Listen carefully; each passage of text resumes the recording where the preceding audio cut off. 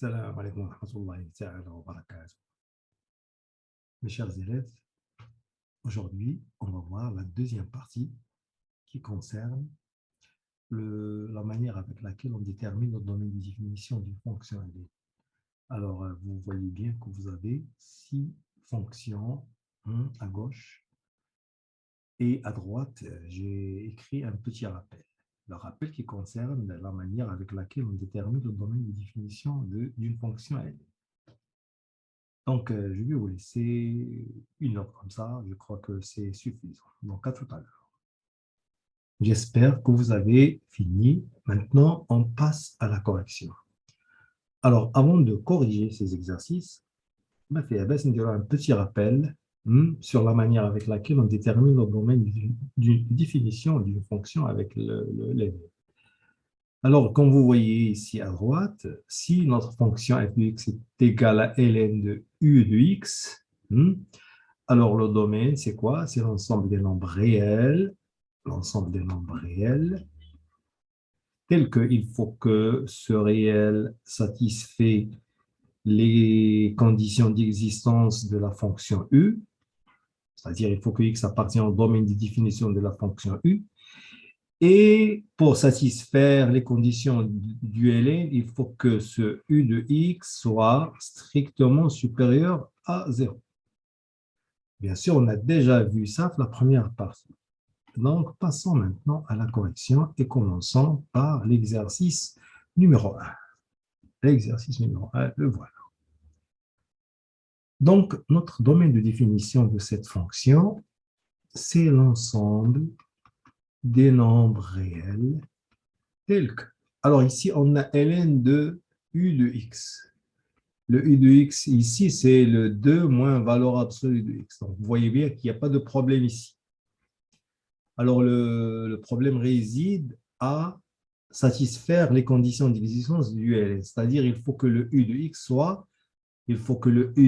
soit strictement supérieur à 0. C'est-à-dire, qu'est-ce que c'est que le u de x? C'est 2 moins valeur absolue de x. 2 moins valeur absolue de x. Voilà. 2 moins valeur absolue de x strictement supérieur à 0. D'accord. Donc, on applique le cours, c'est tout, c'est facile. Maintenant, on va écrire la chose suivante. On va essayer de simplifier cette écriture-là. Bon, 2 moins valeur absolue de x strictement supérieure à 0 veut dire moins valeur absolue de x strictement supérieure à moins 2, c'est-à-dire valeur absolue de x strictement inférieure à 2. Je vais l'écrire ici. C'est pour résumer un petit peu les choses. Maintenant, on va rappeler une propriété que vous avez déjà vue en tronc commun. Vous avez vu en tronc commun que la valeur absolue de x est strictement inférieure à a, avec a positif signifie que x est compris entre moins a et a. Donc ici, on va écrire une définition de la fonction f, c'est l'ensemble des nombres réels tel que x est strictement inférieur, est strictement compris entre moins 2 et 2. Donc c'est évident, donc notre domaine de définition, c'est l'intervalle moins 2. C'est très facile ici. Passons à la deuxième fonction. La deuxième fonction.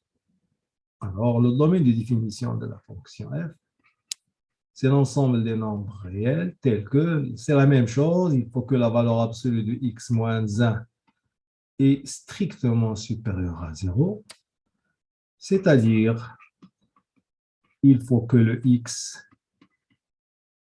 la valeur absolue de x soit strictement supérieure à 1. C'est-à-dire, alors là aussi, cette propriété-là, vous l'avez déjà vue en tronc commun. Malheureusement, tronc commun, parce que tu as tronc commun, j'ai corona, ربما كاين فيكم البعض ما شافش. Donc, je fais un petit retour là, un petit rappel ici, là. Alors, j'ai dit rappel là, valeur absolue de x strictement inférieure à a équivaut à x est compris entre moins a et a. Malheureusement, il y a des élèves qui ignorent les propriétés à nous, c'est grave. Donc, on dit, c'est une propriété qu'il ne faut pas négliger. Alors là aussi, je vais faire le rappel qui concerne cette propriété-là. Rappel. C'est la raison pour laquelle j'ai donné ces deux exercices. Je sais bien que c'est facile, mais le fait qu'il y ait des élèves, مساكن للأسف الشديد ما شافوش هادشي في كورونا. أنا كندير هذا le rappel, le petit rappel هادي.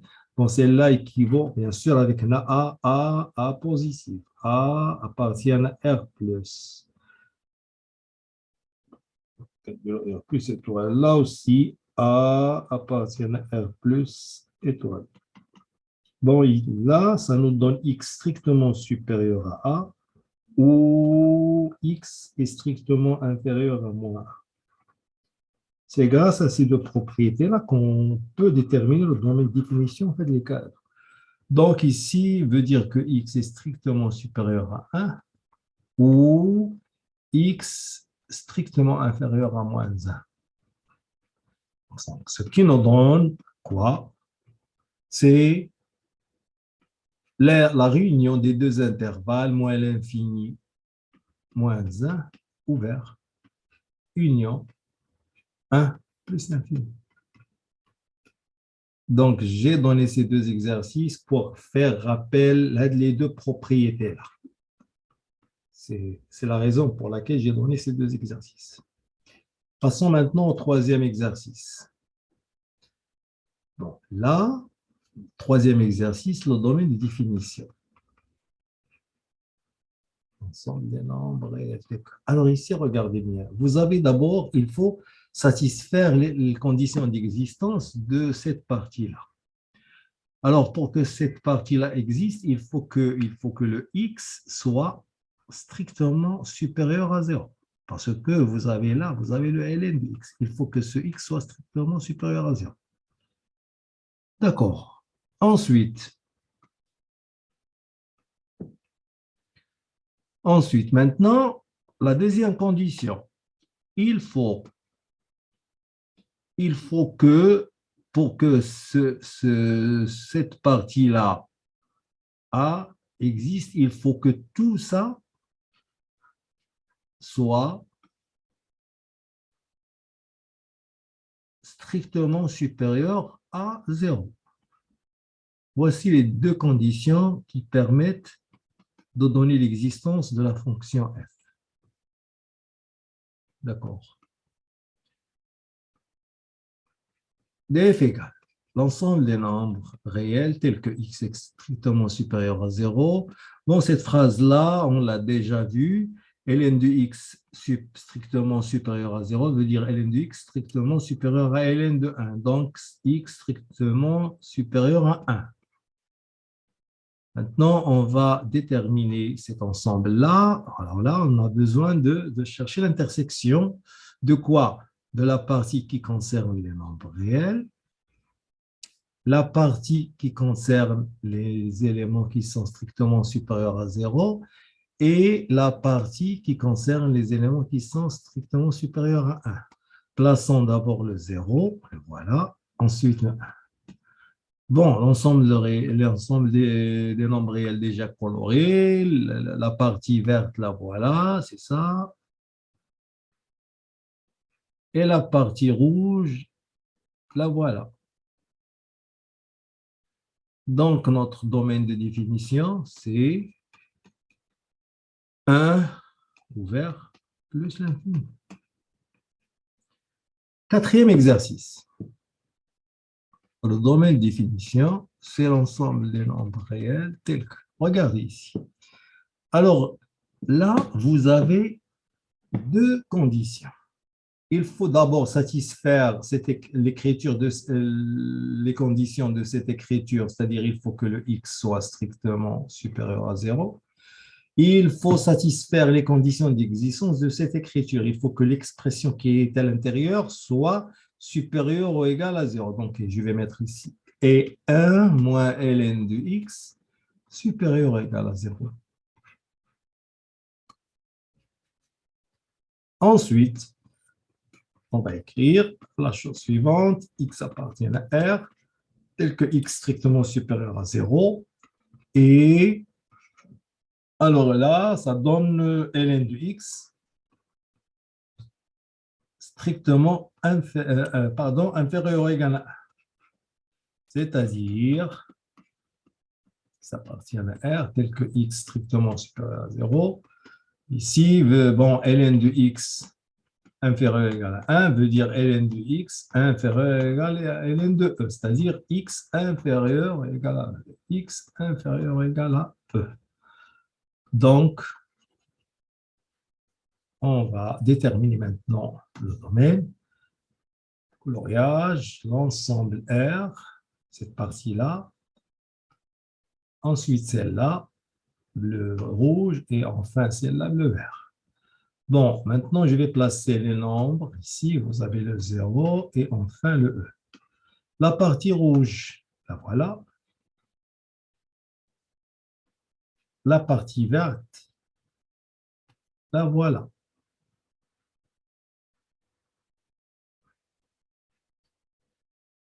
Donc, le domaine de définition, c'est l'intervalle 0E.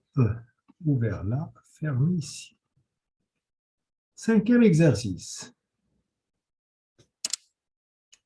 Le domaine de définition de notre fonction, c'est l'ensemble des nombres réels tels que. Alors, là aussi, vous avez le ln d'une expression.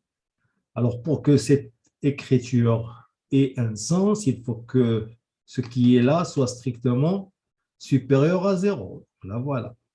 Valeur absolue de x plus 1, strictement supérieure à 0. Et pour que cette écriture-là ait un sens, il faut que l'expression qui est à l'intérieur soit supérieure ou égale à 0. Donc, il faut que ln de valeur absolue de x plus 1 soit supérieur ou égal à 0. D'accord. Domaine définition de la fonction. Alors, regardez bien ici. Cette condition-là, elle est évidente. D'ailleurs, elle est toujours réalisée. La valeur absolue de x plus 1 est toujours strictement supérieure à 0. Donc, c'est une condition qui est vérifiée. Donc, il ne reste quoi? Celle-là. Donc, x appartient à R tel que ln de valeur absolue de x plus 1 supérieur ou égal à ln de 1, si vous voulez. Ce qui va nous donner la chose suivante, le domaine de définition, c'est l'ensemble des nombres réels tels que valeur absolue de x plus 1 supérieur ou égal à 1. C'est-à-dire, le domaine de définition, c'est l'ensemble des nombres réels tels que la valeur absolue de x est supérieure ou égale à 0.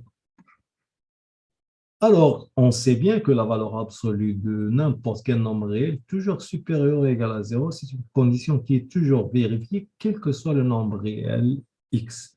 Donc, le domaine de définition dans ce cas-ci, c'est R, c'est-à-dire c'est moins l'infini plus l'infini. Enfin, la dernière fonction. Le domaine de définition de cette fonction, c'est l'ensemble des nombres réels. On a le ln de x, il faut que le x soit strictement supérieur à 0. Et il faut que 2 ln x carré x moins 7 ln de x plus 3 soit supérieur ou égal à 0. Parce que vous avez la racine d'une expression. Il faut que toute cette expression qui est à l'intérieur, il faut qu'il soit supérieur ou égal à 0. Donc, ça nous rappelle quoi? Ça nous rappelle la résolution des inéquations sur ln. Déjà vu. Et on a déjà vu un exercice pareil. Donc, je vais écrire ici, résolvant. Donc, le problème réside à la résolution d'une inéquation sur ln. Résolvant l'inéquation suivante. 2 ln carré de x moins 7 ln de x plus 3 supérieur ou égal à 0. Je vais la nommer l'inéquation I. Bon, on a déjà vu un exercice pareil. On va procéder par un changement de variable posant t égale ln de x et résolvant d'abord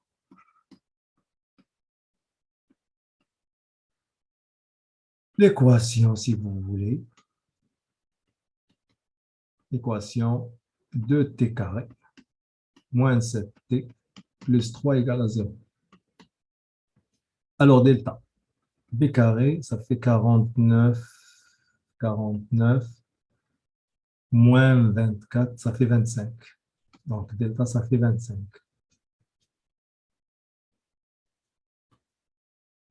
25. T1 moins B, c'est-à-dire 7, moins 5 sur 4.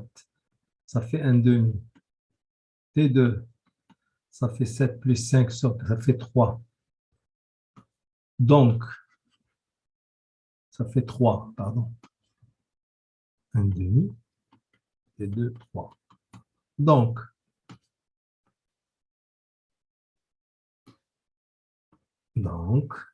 cette écriture-là, ce trinôme-là, de t carré moins 7t plus 3, on peut l'écrire sous la forme suivante. 2 facteur de t moins t1, c'est-à-dire moins 1 demi, facteur de t moins t2, ce qui va nous donner 2t moins 1 facteur de t moins 3. Alors, pourquoi on a fait ce travail? Regardez maintenant comment peut-on écrire l'inéquation maintenant. Alors, l'inéquation I, je peux maintenant l'écrire sous la forme suivante. 2 ln de x moins 1, parce que le t, c'est le ln de x, facteur de ln de x moins 3 supérieur ou égal à 0. Il y a d'autres méthodes pour travailler, il a le choix. Nous, ici, on se contente de cette méthode qui, d'après mon expérience, la plupart des élèves quadrillent facile. Ils trouvent que c'est facile. Bon, cette inéquation, pour la résoudre, on est obligé de dresser un tableau de signes. Pour dresser ce tableau de signes, on va chercher la racine de ces deux facteurs. Cherchons la racine de cette écriture-là. 2 ln de x égale 0 équivaut à ln de x égale à 1 demi. Équivaut à ln de x égale ln de e exposant 1 demi. D'où x égale à e exposant 1 demi, c'est-à-dire racine de e. Cherchons la racine de l'autre facteur.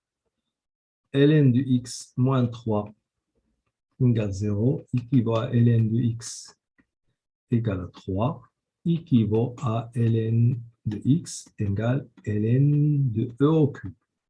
D'où x égale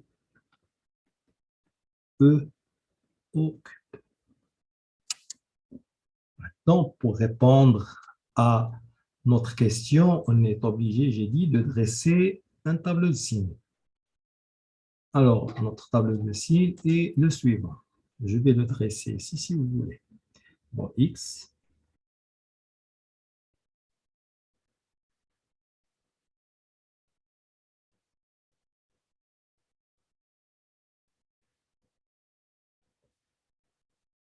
Là, je vais écrire 2 ln de x moins 1. Là, ln de x moins 3.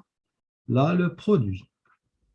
Bon, bien sûr, il ne faut pas oublier une chose, c'est qu'on travaille sur un 0 plus l'infini. Regardez bien ici.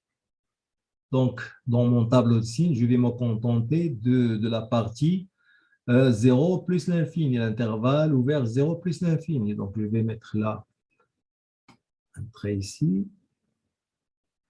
0 plus l'infini.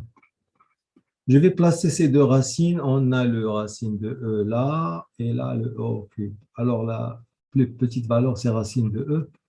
Ensuite, E au cube. Bon, 2 ln de x moins 1 s'annule ici. Alors la plus la moins. Deuxième ln de x moins 3 s'annule en E au cube. Donc la plus, moins, plus, 0, 0. Alors, nous, on veut que ça soit positif. On veut que ça soit positif.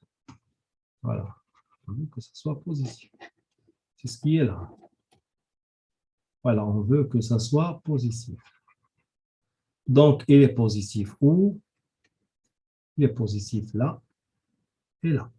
C'est-à-dire, notre domaine de définition, c'est l'intervalle 0 ouvert. Racine de E fermée, union E au cube fermé, plus l'infini.